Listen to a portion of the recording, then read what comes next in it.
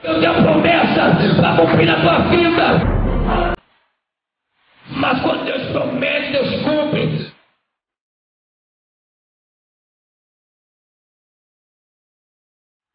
Ainda que eu andasse pelo vale da sombra da morte,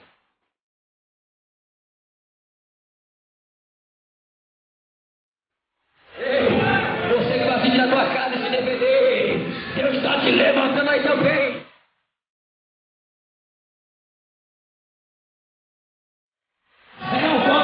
Não importa, vai chegar na tua mão, mas faça a minha vontade, porque eu não estou fazendo a minha vontade, eu vou fazer a tua.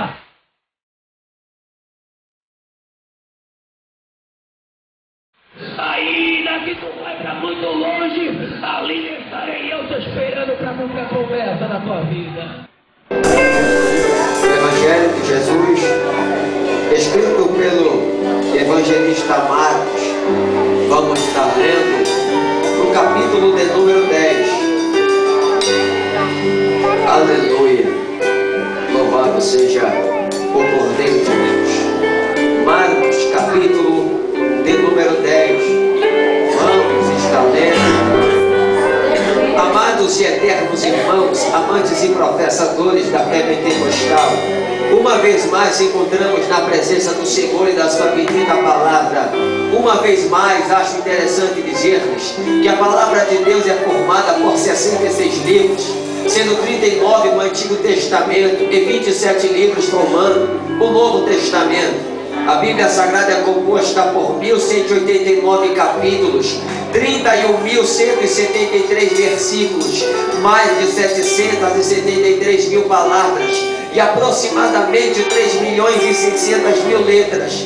O texto que está em apreço diante de nós esta noite, indubitavelmente relata-nos e mostra-nos um dos textos mais conhecidos do Novo Testamento. E por que não afirmarmos um dos mais pregados do Evangelho escrito por Marcos? Ora, estamos diante de uma passagem muito linda, uma passagem simples, porém rica em sua totalidade. Imagina você tendo que trabalhar 30 e poucos anos da sua vida, contribuindo com o INSS, contribuindo para o governo, para depois você se aposentar, comprar sua casa própria, realizar o seu sonho que você sonhou a vida inteira, sair do seu aluguel, comprar o seu automóvel 0 quilômetro, começar a comprar as suas coisas debaixo de muita dificuldade, depois de ter esperado a vida toda para conseguir, tendo que acordar 6 horas da manhã, muitas das vezes 5 horas da manhã, trabalhando doente,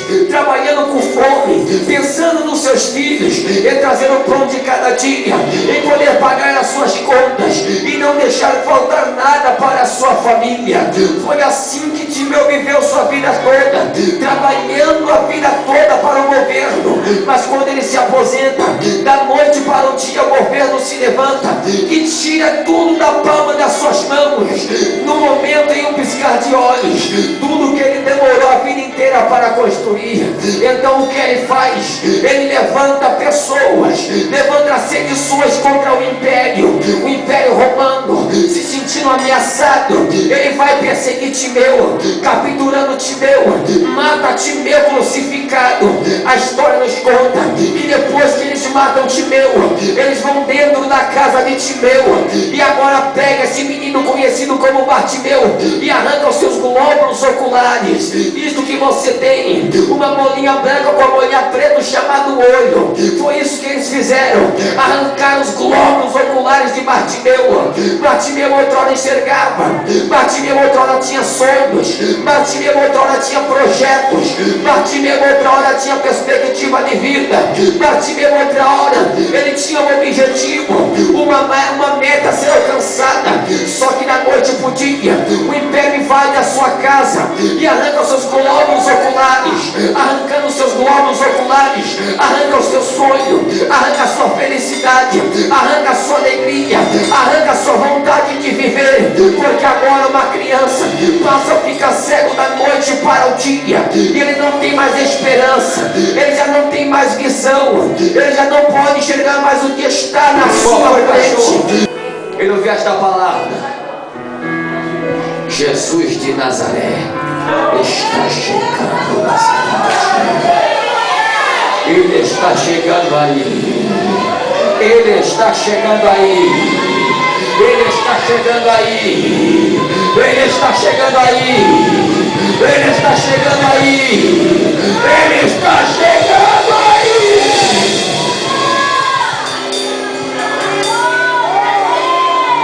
Ele ouviu a palavra de Deus. Ele ouviu: Jesus está chegando aí. Jesus está chegando aí. Você pode escutar os passos dele. Jesus está chegando aí. Jesus está chegando aí. Jesus está chegando no fundo. Jesus está chegando no meio da igreja. Jesus está chegando aqui em cima do altar. Jesus está chegando no ciclo de oração. Jesus está chegando na igreja. Para quê, pastor? Ele está chegando para operar um milagre na sua vida. Jesus, quando ele passa por um determinado local, ele não passa sem objetivo. Quando Jesus passa por um determinado local, ele não vai somente para fazer uma visita. Quando Jesus passa em um determinado ambiente, ele não passa apenas como turista para curtir aquele ambiente e depois dizer o que aconteceu. Não. Quando ele passa por algum local, quando ele passa por um determinado lugar, ele deixa o seu rastro, ele deixa os seus prodígios, ele deixa o seu milagre através da palavra. Quando eu olho a Bíblia em Deuteronômio capítulo 8 versículo 3, a última parte, eu entendo que nós se alimentamos através da palavra. Quando eu olho o Salmo 119 versículo de número 11, eu entendo que nós não pecamos por causa da palavra. Quando eu olho a Bíblia ainda no Salmo 119 versículo de número 50, eu entendo que as promessas de Deus são renovadas através da palavra. Quando eu olho a Bíblia ainda no Salmo 119 no verso de número 105, eu entendo que nós somos iluminados através da palavra. Quando eu olho a Bíblia no Evangelho de João capítulo 1, eu vejo que o verbo era a palavra de Deus. Quando eu olho a Bíblia no Evangelho de João capítulo 15 versículo 3, eu entendo que nós somos santificados através da palavra. Quando eu olho a Bíblia em João capítulo 17 versículo de número 17, eu entendo que nós somos purificados através da palavra. Quando eu olho a Bíblia em Efésios capítulo 6 versículo de número 17, eu entendo que nós somos protegidos através da palavra. Quando eu olho a Bíblia em Mateus capítulo de número 4, eu vejo que Jesus venceu Satanás através da palavra. Quando eu olho a Bíblia no livro de Hebreus capítulo 4 versículo 12, eu vejo que a palavra de Deus é viva e eficaz, mais cortante que uma espada de 2 gumes, que é a própria para atravessar a alma e o espírito, e ainda é capaz de discernir os pensamentos e os propósitos dos corações. E se o teu propósito aqui esta noite é de adorar o nome bendito de Jesus, então não espere o pregador pedir. Levante a sua mão santa, abre a sua boca e adore. Ele ouviu: Jesus de Nazaré está passando aí, e por onde ele passa, os leprosos são purificados. Por onde ele passa, o coxo levanta, toma o seu leito e sai correndo. Por onde ele passa, o cego volta a enxergar. Por onde ele passa, o surdo volta a ouvir. Por onde ele passa, até os mortos ressuscitam. Sabe o que Bartimeu faz? Bartimeu faz a seguinte coisa: Bartimeu toma uma atitude que mudou a sua vida. Qual, pastor? Ele enxergou pelos olhos da fé.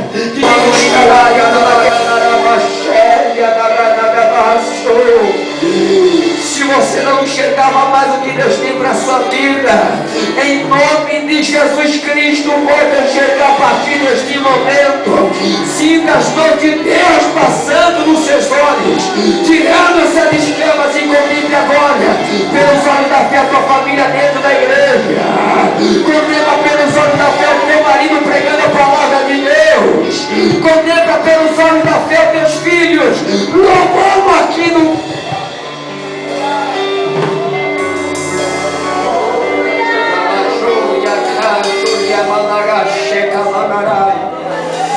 Se coloquem de pé, irmãos, por gentileza. Oi, amadoromo, chocote, agamandarás.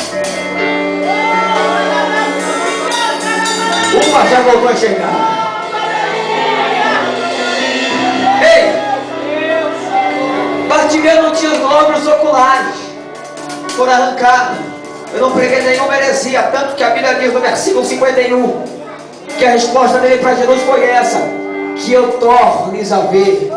Só torna aquilo que foi embora. Só torna aquilo que foi embora.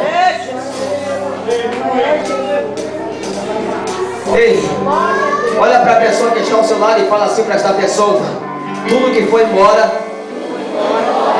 vai voltar para suas mãos. Levanta a sua mão que eu vou profetizar. Rabagachou, mandagabachou, rabagachou.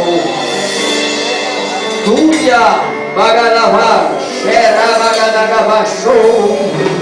Se prepara que hoje é noite de restituição aqui na sua vida.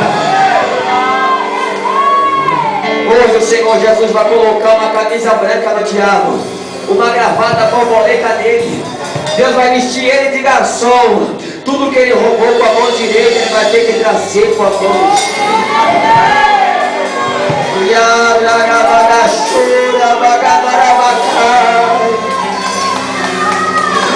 Já tem pessoas recebendo. Já tem pessoas recebendo de volta. Já tem pessoas recebendo de volta. Já não me lembro o céu e diz: vai que a tua atitude te salvou. A tua fé te salvou.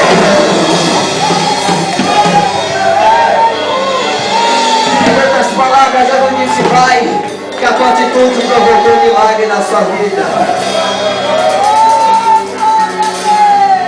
Aquele cego saiu pulando e seguiu Jesus pelo caminho.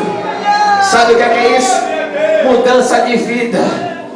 Ele seguiu Jesus. Ele recebeu o milagre e não fez como muitas pessoas que quando recebe o milagre vai embora. Não. Além de ele receber o milagre, ele seguiu Jesus pelo caminho. Se converteu, permaneceu na presença do Senhor. Tem alguém aqui essa noite que ainda não é evangélico? Levanta a sua mão. Quem aqui não é evangélico ainda, levanta a sua mão, ou está afastado dos caminhos do Senhor? Só ela? Não tem ninguém aqui afastado dos caminhos do Senhor?